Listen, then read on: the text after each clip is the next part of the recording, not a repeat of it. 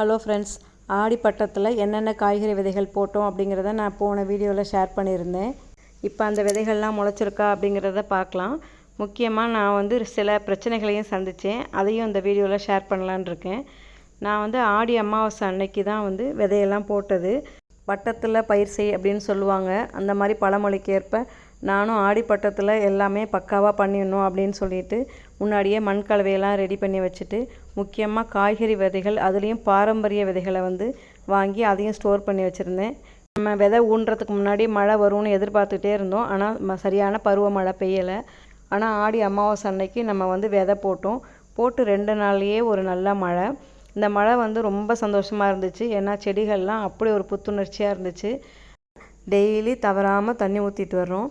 கொஞ்சம் கூட அந்த செடிகள் சோர்ந்துடக்கூடாதுன்னு அப்படி பார்த்து பார்த்து கவனிச்சுக்கிறோம். ஆனால் அந்த மழை தண்ணி பட்டோன்னே அது மட்டும் ஏன் இப்படி இருக்குன்னு தெரியல, அப்படி ஒரு புத்துணர்ச்சியாக இருக்குது. இந்த மழை தண்ணிக்கு அப்படி ஒரு மகிமை. இதெல்லாம் பார்த்திங்கன்னா 9 வகையான தக்காளி செடிகள். இது நம்ம நாற்று போட்டு நடவு செஞ்சது. இதில் என்ன பிரச்சனை சந்திச்சோன்னா, சில செடிகள் ரொம்ப இளம் செடியாக வச்சுட்டோம். அதை பிடுங்கி நடுறப்ப சின்ன செடியாக வச்சதுனாலையா என்னான்னு தெரியல, ஒரு 4-5 தொட்டிகளில் செடிகள் இறந்துருச்சு. இன்னொன்று, அதிகமாக மழை பெஞ்சப்போ சில செடிகள் தாக்கு பிடிக்கலை. அதுவும் ஒரு காரணம். இருந்தால் கூட நம்ம அதெல்லாம் கேப் ஃபில் பண்ணுறதுக்காக நம்மள்கிட்ட ஏற்கனவே இந்த மாதிரி நாற்று போட்டு வச்சுருக்குறோம். தக்காளி, கத்திரி, மிளகாயெல்லாம். அதை அப்பப்போ நான் பிடுங்கி அதில் நட்டுட்ருக்கேன். ஒரு செடிக்கு பதிலாக 2 கன்று வச்சு அதை நடவு செஞ்சோம். அதில் கொஞ்சம் நல்லா துளிர் வந்தோன்னே ஒரு செடியை நான் ரிமூவ் பண்ணிட்டேன். அதையும் நீங்கள் பார்க்கலாம். ஏன்னா நான் முதல் வீடியோவில் நான் சொல்லியிருப்பேன் 2 செடிகள் வைக்கிறேன்னு. அதை இப்போ நான் ரிமூவ் பண்ணிட்டேன். இன்னும் சில தொட்டிகள் நான் ரெடி பண்ணிகிட்ருக்கேன். ஏன்னா இன்னும் நிறைய நம்மகிட்ட நாற்றுலாம் இருக்குது. இன்னும் சில ரகங்கள் கூட போடணும். அதனால் அதையும் ரெடி பண்ணிகிட்ருக்கேன். இங்கே இருக்க செடிகளில் கொத்தவரையும் ப்ரக்கோலியும் இருக்குது. வெண்டை ஒன்று தான் இருக்குது. பீன்ஸு வரவே இல்லை. அதனால் பீன்ஸும் வெண்டையும் திரும்பவும் விதை போடணும். இப்போ பெஞ்ச மழையில் இந்த முள்ளங்கி, கேரட்டு, பீட்ரூட்டு, நூல்கோல் இது போட்டது தொட்டிகள் மொத்தம் 10 தொட்டிகள். அதில் முள்ளங்கி மட்டும் பரவாயில்ல. நூல்கோல் இது நூல்கோலும் இப்போ தான் வந்துட்டுருக்குது, பரவாயில்ல. ஆனால் கேரட் ஃபுல்லாகவே போயிடுச்சு. இது பீட்ரூட்டில் நிறைய விதைகள் போட்டோம். இதில் இப்போ 3 செடிகள் தான் இருக்குது. மற்றதெல்லாம் போயிடுச்சு. முள்ளங்கி மட்டும்தான் ஓரளவுக்கு நல்லா வந்திருக்கு. இதெல்லாம் கொடி வகை காய்கறிகள். இதெல்லாம் சூப்பராக வந்துட்டுருக்குது. இந்த கொடி வகையில் சிறகு அவரையும் மூக்குத்தி அவரையும் நான் ஃபஸ்ட் டைம் போட்டிருக்கேன். நல்லா முளைச்சி வந்துட்டுருக்குது. பாகல் இருக்குது, பீர்க்கு இருக்குது, சுரக்காய் போட்டிருந்தோம். புடலங்காயில் நீட்ட புடலை போட்டிருந்தோம். இதெல்லாம் நல்லாவே வந்துட்டுருக்குது. இந்த கொடி வகை காய்கறிகளுக்காக மேலே பந்தல் அமைச்சிருக்கிறோம். ஏற்கனவே ஷேட் நெட் இருக்குது.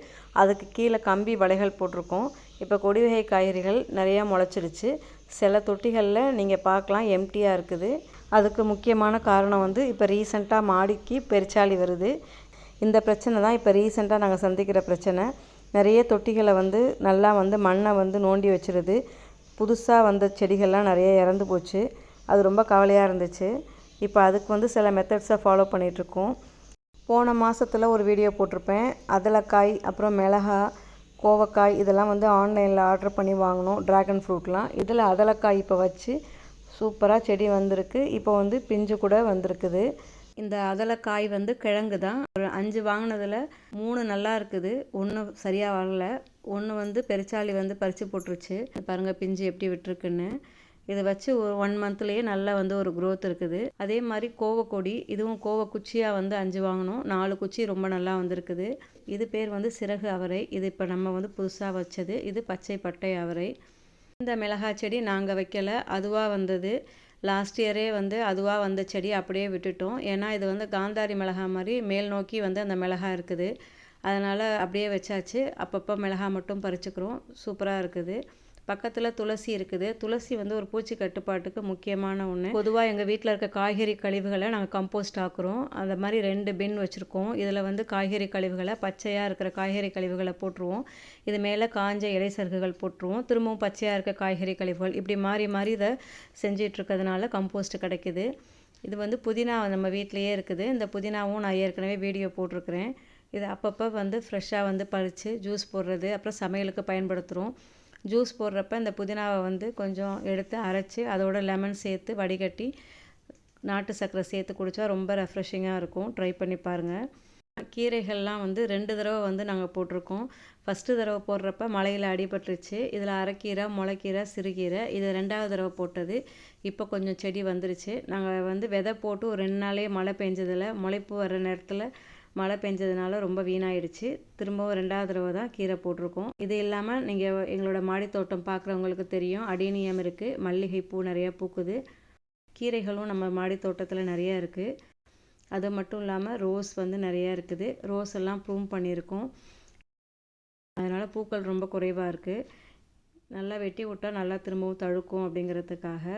இது வந்து மாதுளையில் வந்து நல்லா வந்து இப்போ பூக்கள்லாம் பூத்துட்ருக்கு, காய்களும் நல்லா வச்சிட்ருக்கு.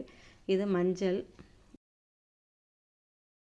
மாடித்தோட்டம் 2nd ஃப்ளோரில் இருக்குது. எப்படி தான் அந்த பெருச்சாளி ஏறி வருதுன்னு தெரியல. நாங்கள் ஃபஸ்ட்டு வந்து இதை எப்படி வருது அப்படின்னு கண்டுபிடிக்க பார்த்தோம். அப்படி தான் பார்த்தப்ப தென்னை மரத்துலேருந்து மட்டை வழியாக இறங்கி வருது. அது வந்து நம்ம ஷேட் நெட்டோட இணைஞ்சிருக்கிறதுனால ஈஸியாக இருந்துச்சு. அப்புறம் சரின்னு மட்டையை வெட்டி விட்டோம். அப்புறம் ஒரு 2 நாளைக்கு வந்து பெருச்சாளி வரல. இப்போ பார்த்தா திரும்பவும் வந்து படி வழியாக ஏறி வருது போல். அப்புறம் இப்போ படியில் வந்து நிறைய பலகைகள்லாம் வச்சு படி ஏறி வராமல் கண்ட்ரோல் பண்ணோம். 2 நாளைக்கு இல்லை. இப்போது திரும்பவும் 2 நாளாக பார்த்தா 1, 2 செடிகளை பறித்து போட்டிருக்குது. இதுதான் ஒரு பெரிய பிரச்சனையாக இருக்குது. உங்களுக்கு இதுக்கு யோசனை தெரிஞ்சால் எங்களுக்கு ஷேர் பண்ணுங்கள். இங்கே பார்த்தீங்கன்னா கருவேப்பிலை இருக்குது, மா இருக்குது, சப்போட்டா, மாதுளை, அப்புறம் வாட்டர் ஆப்பிள் இருக்குது, வாழை வச்சுருக்குறோம். இது இல்லாமல் கொஞ்சம் கேக்டஸும் இருக்குது, பெரண்டை வச்சுருக்குறோம். லெமன் கிராஸு, பெரண்டை, சங்கு புஷ்பம், அப்புறம் வெட்டி வேர் இது எல்லாமே இங்கே இருக்குது. நம்ம மாடி தோட்டத்தில் ஓரளவுக்காவது அங்கேருந்து டெய்லி ஏதாவது எடுக்கணும் அப்படிங்கிறதுக்காக தான் திட்டமிட்டு ஒன்றொன்றையும் செஞ்சிட்ருக்கோம். இப்போ விதை போட்டு செடிகள்லாம் ரொம்ப சின்ன செடிகளாக இருக்குது. இப்போ தான் வந்து ரொம்ப கவனமாக நம்ம பார்த்துக்கணும். தேவையான அளவுக்கு தண்ணி ஊற்றணும். ரொம்ப அதிகமாகவும் இல்லாமல் குறைவாகவும் இல்லாமல் பார்த்துக்கணும். அது இல்லாமல் பூச்சி கட்டுப்பாட்டுக்காக ஏதாவது வந்து நம்ம தயார் பண்ணி வச்சுக்கணும். மாடியில் சோலார் லைட்டு பொருத்தணும்னு ரொம்ப நாளாக யோசிச்சுட்டு இருந்தோம். அதை தான் வந்து இந்த அக்ரிகல்ச்சரல் எக்ஸிபிஷனில் 2 சோலார் லேம்ப் வாங்கினோம். வந்து மோஷன் சென்சார் லைட்டு. சில நேரங்களில் ஈவினிங்கில் மாடியில் போய் கொஞ்சம் நேரம் உட்காருவோம். இல்லைனா வந்து ஏதாவது காய்கள் பறிக்க போவோம். இல்லைனா சில சமயம் வந்து ஈவினிங்கில் ஏதாவது சின்ன சின்ன வேலைகள் பார்ப்போம்.